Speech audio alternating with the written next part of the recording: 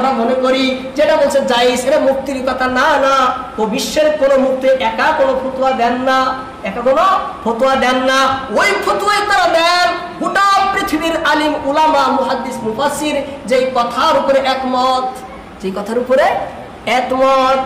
সেই জন্য ইমাম আবু হানিফা 40 জন বিশিষ্ট উলামার একটা টিম তৈরি করলেন, যেই টিমের ভিতরে ইমাম সুফর, ইমাম মালিক, ইমাম দাউদ, ইমাম মুনদিল ইবনে আলী, ইমাম নজর, ইমাম আমর, ইমাম হিব্বান, ইমাম আসমা, ইমাম সুহাইর, ইমাম কাসিম মুহাম্মদ, ইমাম হিয়াস, ইমাম শরীক, ইমাম আফিয়া, ইমাম আব্দুল্লাহ, ইমাম ইউসুফ, ইমাম মুহাম্মদ, ইমাম হাশিম, ইমাম সাঈদ, ইমাম ফজল, ইমাম আসাদ, ইমাম মুহাম্মদ, ইমাম আলী, এবং তারপরে ইমাম আলী, ইমাম ইউসুফ, ইমাম আব্দুল্লাহ, ইমাম ফজল, ইমাম আলী, ইমাম হাস, ইমাম ওয়াকি, ইমাম হিশাম, ইমাম ইয়াহইয়া, ইমাম শরীফ, ইমাম হাফস, আবু মতি, খালিদ, আব্দুল হামিদ, হাসান, আবু আসিম মাক্কি, মুহাম্মদ সহ 40 জন উলামা।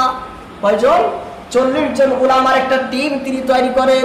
আমি যে কথা পেশ করতেছি অনেক কিতাবের ভিতরে লিখেছেন। সাধারণ কোন আমরা যে ফিকাহ হানাফি মানি, এটা আবু হানিফার মুখের কথা না, আবু হানিফার মুখের কথা না। এই যে সমস্ত উলামার নাম বললাম, এক একটা বড় বড় বিখ্যাত উলামা, আজ পর্যন্ত এদের মতো কেউ সৃষ্টি হয়নি, আজ পর্যন্ত এদের মতো কেউ সৃষ্টি হয়নি।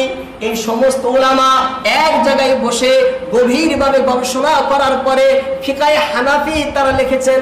এই যে আমরা হানফি বলি, আবু হানিফা, ইমাম আবু হানিফা নিজে একাই কোনো ফতোয়া দেননি, তারা গবেষণা করার পরে কোনো গবেষণা মিলে গেছে। হ্যাঁ, যখন একমত হয়েছেন, যখন একমত হয়েছেন, সেই ফতোয়া লিপিবদ্ধ হয়েছে।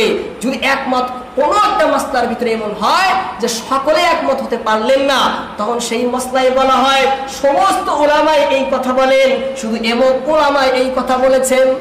হ্যাঁ, সমস্ত উলামা এই কথা বলেছেন, শুধু একজন এই কথা বলেছেন, শুধু 2 জন এই কথা বলেছেন। ফতোয়া হবে সমস্ত উলামা যেটা বলেছেন, ফতোয়া হবে যেটা সমস্ত উলামা যেটা বলেছেন। ইসলাম কোনো খেলার বস্তু না, সাধারণ কোনো বস্তু না, ইসলাম সাধারণ কোনো বস্তু না। গভীর গবেষণার পরে এই ইসলাম জগতের ভিতরে পরিপূর্ণভাবে সংরক্ষিত।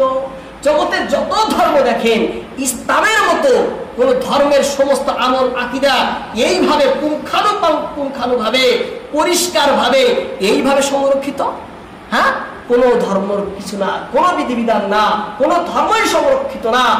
একমাত্র গোটা পৃথিবীর ভিতরে ইসলামের বিধিবিধান পরিপূর্ণভাবে সংরক্ষিত, পরিপূর্ণভাবে সংরক্ষিত।